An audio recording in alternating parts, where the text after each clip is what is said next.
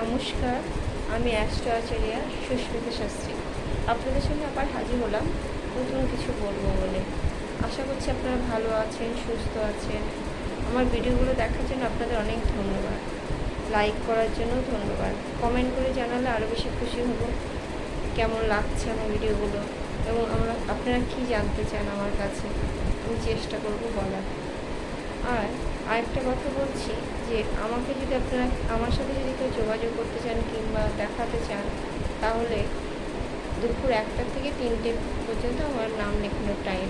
আমার ফোন নম্বর হচ্ছে 9123841700।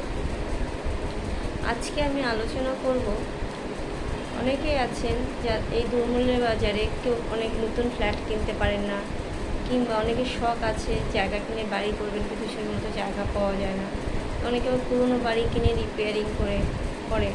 তাই আমি বলবো, যারা পুরনো বাড়ি কিনবেন কিংবা পুরনো ফ্ল্যাট কিনবেন, তার আগে কিছু জিনিস দেখে নেবেন। যেমন ধরুন, আপনি যে পুরনো ফ্ল্যাট কিংবা পুরনো বাড়িটা কিনতে যাচ্ছেন, আপনি কতটা এনার্জি পাচ্ছেন, কতটা উৎসাহ পাচ্ছেন। যদি দেখছেন যে আমি বাড়িটা দেখতে যাব, বিশাল একটা আনন্দ মনে মনে অনুভূত হচ্ছে, তাহলে ভাববেন এখানে পজিটিভ পয়েন্ট আছে। তারপরে ধরুন, বাড়িতে ঢোকার সময় যে বাড়ি কিংবা ফ্ল্যাট দেখতে গেলেন, সেখানে ঢোকার সময় ভালো সেন্ট পাচ্ছেন, গন্ধ পাচ্ছেন, তাহলে ভাববেন ঠিকই আছে। তারপরে ধরুন, দেখলেন যে বাড়িতে ঢুকে সদস্যরা কতটা খুশিতে আছে না দুঃখে আছে। যদি খুশিতে থাকে তো ঠিক আছে, আর যদি মনে করেন তাদের মধ্যে কোনো বিষাদ দেখা দিচ্ছে, কোনো দুঃখ অনুভূতি হচ্ছে আপনাদের, তাহলে নেগেটিভ পয়েন্ট আছে। আর যদি মনে করেন যে বাড়িতে যে ঢুকছেন কিংবা ফ্ল্যাটে যে ঢুকছেন, মেইন এন্ট্রান্সটা বাস্তুসম্মতভাবে আছে কিনা। যদি বাড়িতে হয় বাস্তুসম্মত না থাকে, সেটা চেঞ্জ করা যাবে কি না। যদি চেঞ্জ করা যায় তাও ঠিক আছে, আর যদি চেঞ্জ না করা যায় তবে না হওয়াই ভালো। ফ্ল্যাটের ক্ষেত্রে তো চেঞ্জ করার প্রশ্নই আসে না, কেন মেন এন্ট্রান্সটা সবারই জন্যই। সুতরাং সেটাও দেখে নিতে হবে ঠিক আছে কিনা, বাস্তুসম্মতভাবে তৈরি করেছি কিনা কোনটা। কেননা আমাদের বাস্তুতে মেইন এন্ট্রান্সটা বিশাল একটা ভূমিকা, সুতরাং সেটাও দেখতে হবে। তারপর দেখবেন যে বাড়িতে ঢুকছেন, ঢোকার পর সেই বাড়িতে কোনো অপমৃত্যু হয়েছে কিনা। যদি অপমৃত্যু হয় তো নেগেটিভ, যদি না হয় তো পজিটিভ। বাস্তুতে সেই বাড়িতে কিংবা ফ্ল্যাটে যে কিচেনটা আছে সেটা বাস্তুসম্মতভাবে বানানো হয়েছে কিনা, কিংবা বাথরুমটা যে আছে সেটাও বাস্তুসম্মতভাবে বানানো হয়েছে কিনা। যদি না হয়ে থাকে, সেটা কি বাস্তুসম্মতভাবে বানানোর জন্য কোনো স্কোপ আছে। যদি থাকে তো ঠিক আছে, যদি না থাকে না কিনলেই ভালো। তারপরে দেখবেন বা ফ্ল্যাটই হোক বা বাড়ি হোক, নৈরিক্ষণটায় কোনো ভারী জিনিসপত্র আছে কিনা। যদি থাকে তো ঠিক আছে, যদি না থাকে তো ঠিক নিয়ে থাকবে। এমনকি যদি বাড়ি হয়, তাই সেই বাড়ির সিঁড়িটা বাস্তুসম্মতভাবে বানানো হয়েছে কিনা, কিংবা ফ্ল্যাট হলে ফ্ল্যাটের সিঁড়িটা বাস্তুসম্মতভাবে বানানো হয়েছে কিনা।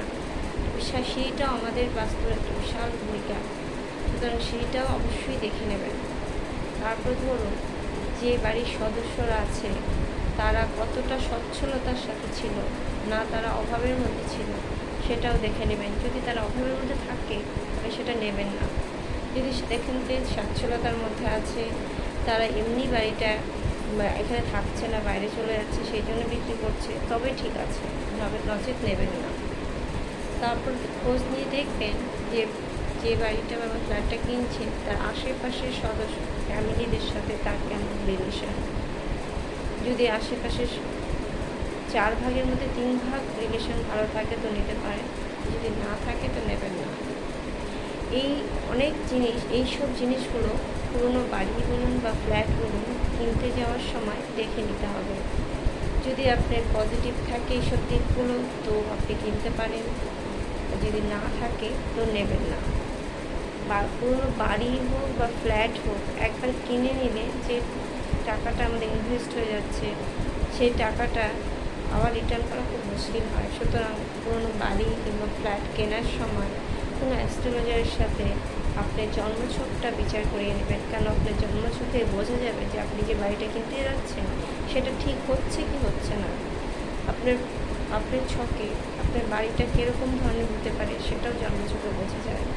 সুতরাং পুরোনো বাড়ি হোক আর বা পুরোনো ফ্ল্যাটই হোক, কিনতে যাওয়ার সময় অবশ্যই কোনো অ্যাস্ট্রোলজারের সাথে যোগাযোগ করবেন এবং দেখবেন যে ঠিক আছে কিনা, ঠিক করছেন কিনা।